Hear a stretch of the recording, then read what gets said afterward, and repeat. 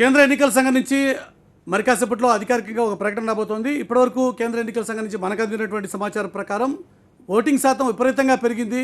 దాదాపు 80% వరకు వెళ్ళవచ్చు అని చెప్పి వైఎస్ఆర్ పార్టీ అంచనా వేసినప్పటికీ, అదే అంచనాల్లో తెలుగుదేశం పార్టీ కూడా ఉన్నప్పటికీ ఈ రెండు అంచనాలకి కాదు అని చెప్పి వస్తున్నటువంటి ఫిగర్స్ కొంత భిన్నంగా ఉన్నాయి. 76.69% పోలింగ్ రాష్ట్ర వ్యాప్తంగా జరిగినట్టు ఆంధ్రప్రదేశ్లో జరిగిన సమాచారం. మరి కాసేపట్లో సిఈసి ఆ విషయాన్ని అధికారికంగా ప్రకటించబోతోంది. అయితే ప్రధానంగా విజయనగరం, ప్రకాశం ఈ రెండు జిల్లాలో అత్యధికంగా 85% పోలింగ్ జరిగింది. ప్రధానంగా గమనించాల్సిన విషయం, అత్యధికంగా పోలింగ్ జరిగినటువంటి జిల్లాలు విజయనగరం, ప్రకాశం. ఈ రెండు జిల్లాలో 85% పోలింగ్ జరిగింది. ఇక అతి తక్కువ పోలింగ్ జరిగినటువంటి జిల్లాలు వెస్ట్ గోదావరి అండ్ కడప. ఈ రెండు జిల్లాల్లో కేవలం 70% మాత్రమే పోలింగ్ జరిగిన విషయాన్ని కూడా మనం ప్రధానంగా ఇక్కడ గమనించవచ్చు.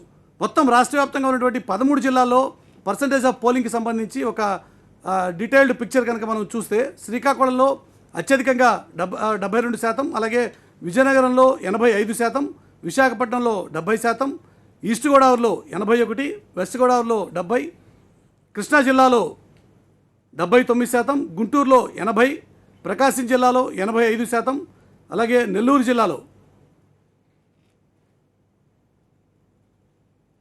75%, అలాగే కడప జిల్లాలో 70%, కర్నూలు 73%, అలాగే అనంతపురంలో 78%, చిత్తూరు జిల్లాలో 79%. ఇది రాష్ట్ర వ్యాప్తంగా మొత్తం 13 జిల్లాల నుంచి అందినటువంటి సమాచారం.